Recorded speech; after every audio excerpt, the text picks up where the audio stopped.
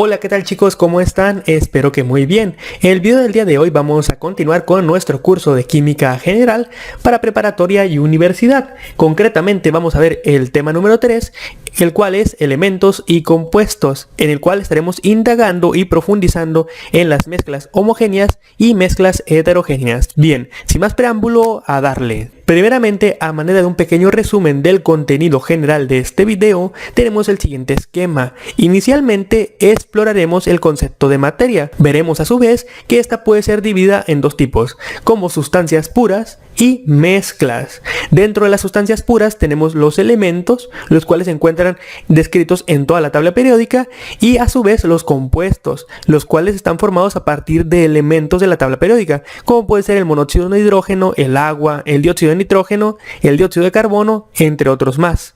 Volviendo a las mezclas, estas pueden ser divididas a su vez en homogéneas y heterogéneas, que es el punto fuerte de este video. Así que una vez habiendo aclarado el contenido que vamos a ver, vamos a darle. Bueno, en primer lugar definamos qué es la materia, la cual se define como todo lo que tiene masa y ocupa un lugar en el espacio.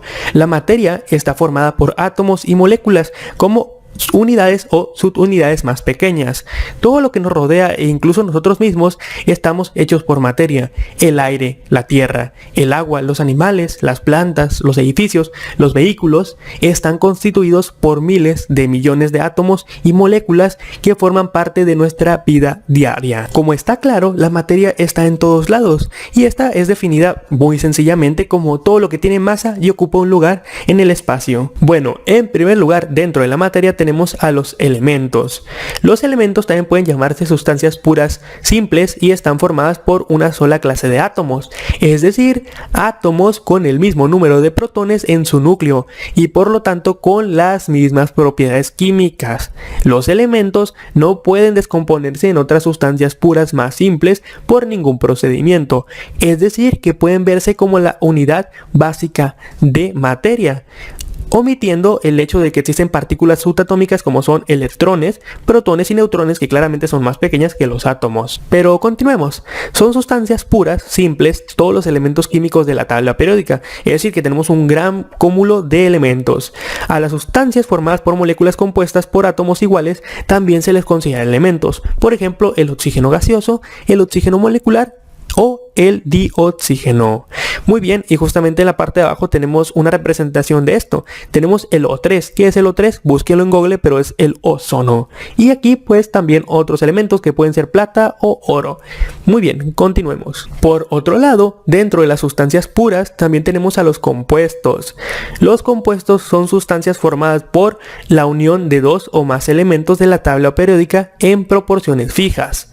Una característica de los compuestos es que poseen una fórmula química que describe los diferentes elementos que forman el compuesto y su cantidad. Ejemplo, H2O, dos moléculas de hidrógeno y una de oxígeno para formar el agua. Y mucho ojo a lo siguiente, los métodos físicos no pueden separar un compuesto. Estos solo pueden ser separados en sustancias más simples por métodos químicos, es decir, mediante reacciones. ¿Y qué tipo de reacciones? Bueno, es un tema que veremos más adelante, pero se lo voy a adelantar. Las reacciones químicas pueden ser descritas en 5 tipos diferentes, como son la combinación o síntesis, es decir, tomas dos elementos, los combinas para formar uno nuevo, hidrógeno más oxígeno, agua. Por otro lado tenemos una reacción inversa, que es la descomposición de la reacción. Por ejemplo, agua a oxígeno y hidrógeno. Una reacción bastante empleada para aquellos que les interesa utilizar el hidrógeno molecular como combustible. También tenemos la de reemplazo simple, es decir, tenemos una molécula en la cual un átomo va y sustituye a un elemento dentro de esa molécula. Tenemos otra donde tenemos dos moléculas, que es doble reemplazo, y de esas dos moléculas intercambian un elemento entre una y otra. Y finalmente las reacciones de combustión, en las cuales forzosamente ocupamos oxígeno, a su vez un combustible y un poquito de calor, para que esto genere energía a través de térmica o de luz. Ahora bien, antes de continuar, sí me gustaría hacer un poco más de énfasis en las reacciones, para que quede 100% claro. Veamos las mismas reacciones pero con ejemplos. En síntesis tenemos la formación de agua, dos moléculas o 2 moles de hidrógeno molecular más oxígeno molecular y forma 2 moles de agua. La descomposición puede ser el mismo fenómeno pero al revés. Como bien dije, el reemplazo simple, es decir, por ejemplo, tenemos el cloruro de cobre y tenemos el aluminio. ¿Ven cómo el aluminio toma el lugar del cobre? Y ahora se forma cloruro de aluminio y el cobre simplemente queda como un precipitado dentro de esta solución que seguramente es acuosa. También tenemos el doble reemplazo. Tenemos aquí nitrato de plata con la sal común, es decir, cloruro de sodio. Como vemos, al reaccionar este tipo de moléculas se genera cloruro de plata y nitrato de sodio. Y bueno, finalmente tenemos una decombustión. Tenemos esta molécula que seguramente es un azúcar más oxígeno. Se produce el dióxido de carbono, ya saben lo que sacan los carros, y agua. También esto es lo de la respiración celular. Como ven, no necesariamente la combustión se refiere a que obtienes energía de forma visible, como puede ser encender un cerillo por el flujo de gas en una estufa. No. La combustión también tiene que ver con la obtención de energía y puede ser de manera biológica, como puede ser la respiración celular. Un proceso que está pasando constantemente en nuestro cuerpo o de cualquier ser vivo que utilice la respiración celular como forma de obtener energía. Ahora bien, antes de dejar el tema a un lado, me gustaría hacer hincapié en lo siguiente, para separar lo que es un compuesto de una mezcla. Observen, imaginemos que queremos sintetizar agua, y lo logramos. Utilizamos hidrógeno y oxígeno para formar agua en este vasito de precipitado. Y nos hacemos la pregunta, ¿lo que obtenemos aquí es un compuesto o una mezcla? Presten mucha atención. Si el resultado es lo siguiente, es decir, si en este vaso tuviéramos 100% de hidrógeno, únicamente, ¿ok? Manejémoslo por separado, únicamente hidrógeno. O tuviéramos 100% de oxígeno separado, o si el producto realmente fuera 100% de agua, esto pudiera ser definido como un compuesto, porque únicamente hay un tipo de molécula o átomo dentro de este vaso. Pero si por el contrario tenemos proporciones, como puede ser 2% de hidrógeno, 4% de oxígeno y un 94% de producción de agua, pues claramente aquí tenemos una mezcla de elementos y moléculas. Entonces tienen que tener mucho cuidado a la hora de diferenciar. Si es únicamente un átomo o muchos átomos iguales dentro de este vaso, no pasa nada. Es un compuesto, es puro, es una sustancia pura. Pero si por el contrario tenemos diferentes proporciones de elementos y moléculas dentro de nuestra solución, claramente eso no es un compuesto, no es una sustancia pura, es una mezcla. Muy bien, espero que con esto quede 100% claro. Ahora sí, papucho, viene lo chido, mezcla. Una mezcla resulta de la combinación de 2 o más sustancias donde la identidad básica de cada una no se altera, es decir, no pierden sus propiedades y características por el hecho de mezclarse, porque al hacerlo no ocurre ninguna reacción química. Presten mucha atención a eso último. Resulta que las mezclas, a pesar de que tengamos diferentes elementos, diferentes compuestos, si no ocurre una reacción química, es una mezcla. Así que para que quede claro ese punto, no existe ninguna de las reacciones anteriormente mencionadas. Eso no sería una mezcla, ¿ok?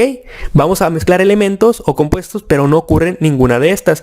Bien, un ejemplo bastante cotidiano. Imaginemos que queremos un agua azucarada. Bien, pues le agregas una cucharada o 2 de azúcar a tu agua. Es decir, que tomas tu azúcar, que puede ser glucosa, fructosa, una combinación de ambas, pero en un compuesto puro, más el agua.